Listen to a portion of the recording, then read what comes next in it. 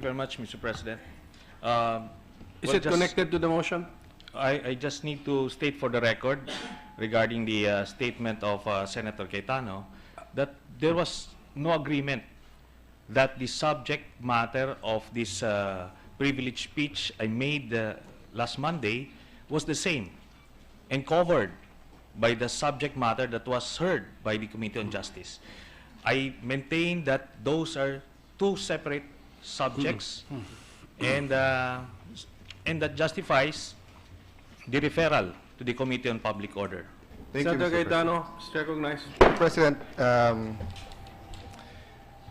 first of all, may I just salute my colleague, Senator Gordon, and give him a hug.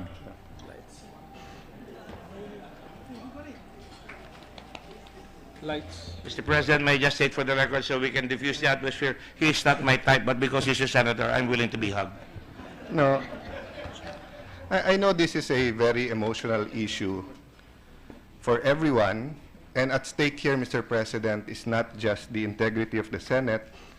There is obviously a group in the Philippines that want the Senate to be a part of the removal of the President.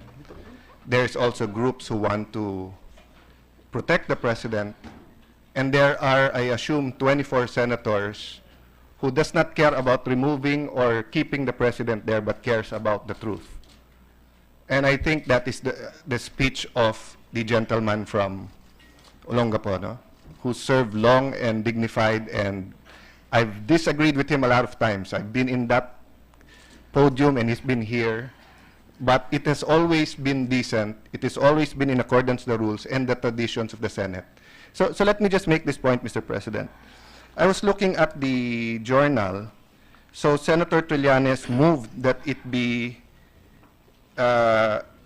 privileged speech be referred to the Committee on Public Order and Dangerous Drugs. In the onset and in appearance, parang walang problema doon. But alam naman po natin, and during his conference, he said that he will have a manifestation to reopen. So alam na natin na pag sinabing reopen, yung committee na meron original jurisdiction, yun ang magre-reopen. That has been the Senate tradition.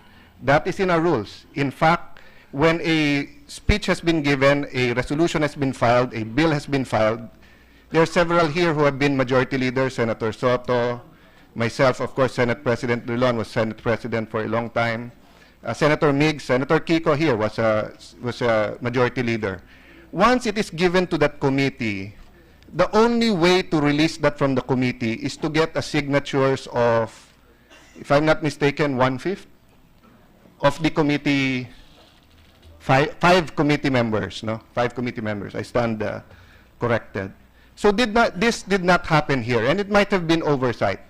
But I could see that Senator Soto was sensitive enough in his manifestation to say, okay, since there are no objections because he has to follow the plenary, we will give it to the Committee on Public Order, but we will inform the Committee on Justice and Human Rights because the issue is related to the report the committee came up with.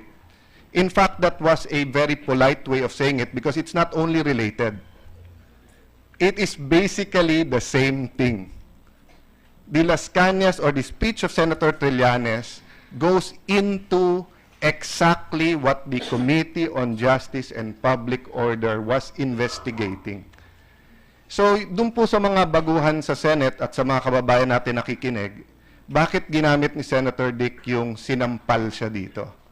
Because po, never natin ginagawa dito sa Senado na alisin ang jurisdiction sa committee mo. And never natin pinagbobotohan yon. I'm sorry, I might not have the moral ascendancy to speak about it that much because I wasn't here yesterday. I was meeting some guests, some diplomats and some foreign investors, but the situation now is we have to ask ourselves, do we want to throw the rule book into the wastebasket? Do we want to take away the traditions of the Senate na kung sino chairman, siya magde-decide? I haven't made up my mind whether or not we should hear it again or not. part of me wants na, sige, papatendin natin kasi nungalingan naman yun, magigiba naman yung kanyang testimony. But the other part of me is, yung sinabi ni Senator Dick, ba't natin aksayan ng panahon natin? Yung OFWs, yung pensioners, yung senior citizens, some people here keep pointing to the ombudsman. Dapat yung ombudsman. So, why not let Las Cañas go to the ombudsman and do his job? That's what I'm weighing, no? But, I return to the basic principle. We respect the chair. And my chair in the Committee on Justice, that's why it's called our committee. It is not Dick Gordon's committee. It is our Justice Committee. But he is our chair. So why not allow him to make the decision? Now, it's up to you, my dear colleagues, today, to make that decision. But if you decide to overrule Senator Dick, I will be here more often, and that is a threat. And why will I be here more often? Because there are a lot of bills that I want to take up. One of them is the ERD, Emergency Response Department. Because ang daming nasusunugan, ang daming binabagyo, and hindi ko tingin na kaya ng NDRRMC, and that is with Senator Trillanes. He has a counterpart bill, so hindi ko naman sasabihin na hindi niya gusto ito. But kung ganyan mangyayari, edi araw-araw, 24 tayong tatayo dito na mag-speech at magmo-motion na yung committee na yon, eto i-take up. And then magko-caucus tayo. Bakit pa tayo magko-committee system dito? Buwagin na natin lahat ng committee on the whole na tayo parate, mag-decide na lang tayo dito araw-araw through caucus kung ano uunahin ng Senate. Or, we can go back to the traditions of the Senate, which is, we talk to the chair, and we allow the chair to decide.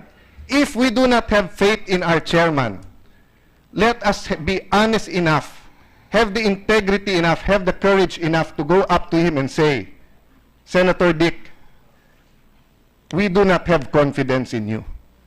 But wag natin pong sampalin. Kasi hindi natin ginagawa sa Senado yon. Hindi ko tingin na yun ang intensyon. And to be fair to Senator Soto, our majority leader, ang balita ko ilang tao na lang nasa floor, wala naman pong nag-object, and I see his wisdom in putting it here. We will inform the Committee on Justice. So now we have heard Senator Dick. I have heard him loud and clear. If he is now saying, I will hear it, I will support him. If he is now saying, I will not hear it, I will support him. Because I have faith and confidence in him. Now may I hear from my colleagues here, do you have faith and confidence in our chairman of the Committee on Justice? Thank you, Mr. Chair. Mr. President. Just a point of clarification, Mr. President. I did not say sampalito sa akin. Ang nagsabi po niya na si Senator Lacson. It's not personal to me. And I thank Senator Lacson for thinking in that fashion because he may take it that way, but I don't take it that way. I rise and fall on what I do. And I would not think that my colleagues will deliberately, euphemistically slap me in the face. And I'm sure they will be courageous enough to say, I do not agree with this. But a lot of us signed that report, and it's there. And again, I reiterate that we should really act on that. And if you don't want to act on that, I will understand. Senator DeLong said the other day, yesterday, there is newly discovered evidence. Newly discovered evidence has to be studied. And if this is newly discovered evidence from the same source, it has become a polluted source. Because he has lied. Going out in public, invoking God, invoking everybody in public, he's lied. He admitted to it. Mahina nga Secretary of Justice Dapat perjury na yan By the way, I took the case of perjury to Mr. Bulante when I was Blue Ribbon. Unfortunately, the Department of Justice did not move. And that is the problem, Mr. President. We must make decisions. I am able to stand up here. I am not afraid of the opprobrium that I may suffer from all the trolls. I don't make my decision based on trolls or based on what people say. It is just me and my conscience. And if I fail, it is me. I will not blame others that I made the wrong decision. I will only take it upon myself to say, and be man enough to say, I made the wrong decision. But, Mr. President, the fact that I'm here says that I cannot sit quietly by and allow what I call madness, if I may. The stampede, the herd, the popular appeal, the flashes of new lawyers coming in. My gosh, Mr. President, I am called to make that decision. I've already made mine, and if it is going to be referred to me, I will not hear this man. I will recommend to him and advise him, go to the ombudsman. You have lawyers. Go there. Because hindi ka na namin papaniwalaan dito eh. Ako, at least I speak for myself. I will not believe him. Now, unless there's new evidence, fine. Then, the Senate, in its rightful duty, can refer it again to whatever committee they may see fit. And so far as I'm concerned, Mr. President, from day one, I said, go to court. You miss your chance. You missed the boat. You were privileged to come here. Nobody poked a gun at you. We listened to you intently. You even went against Matubato. And now this. So, Mr. President, I will leave it at that. I just wanted to unburden myself here. I don't want to bear any ill will upon my peers here. I'm in the last quarter, if you will, of my life, and that's being ambitious. I've seen many, many days here in the past. I've seen the rise and fall of leaders. I've seen our country sometimes go up and then go down. Turn another route instead of going to development and progress. Mr. President, I'm not going to change. I'm not ready to change. I will always stand up if I feel I need to stand up. Thank you very much, Mr. President. Majority Leader. Mr. President, there are many options for the Senate at this point, and I will move for one of the options. I move that the speech of Senator Gordon and the interpellation of Senator Cayetano be referred to the Committee on Rules, and we will study further how to address these points that they raised. We'll take special note of the manifestations, Mr. President. So move. Any objection? Mr. President. Senator Mr. Cayetano. President, may I just add to that referral a point of order that can also be referred to the Committee on Rules? That the proper procedure was to give it back to the Committee on Justice. Now that it has been clarified that the substance and the topic is the same investigation that was with the Justice Committee. Again, I'm not making a decision now, but throwing it to the Committee on Rules. And thank you, Mr. President. Mr. President, just Senator Gordon. a statement. I would just like to thank the Majority Floor Leader. Far be it from my mind to say that it should be referred to any committee. Like I said, I just want to unburden myself here. I want to be able to come here and be able to look everybody in the eye and say, you're my friend, and I trust you. And that you are for my country and you're for our country. Yes, I agree, but Mr. President, the points that were raised are very valid. And I think the want to study Committee on them? Rules should look into these matters. I bow to the wisdom of the Majority Floor Leader, Mr. President. The motion has been made by the Majority Leader to refer the privileged speech of Senator Gordon and the interpellation thereon of Senator Cayetano to the Committee on Rules. Any objection?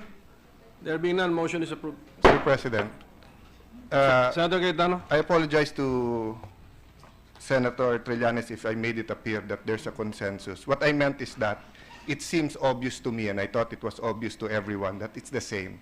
But we have to defer to each other and decide collectively. So precisely, let's give it to the Committee on Rules to decide. And then lastly, Mr. Chair, yung sinabi ko naman sampal po kay Senator Dick, I was talking about sampal sa ating committee system and not to one senator. So I hope that we can seriously consider the implications if we're going to take another route. Thank you, Mr. President.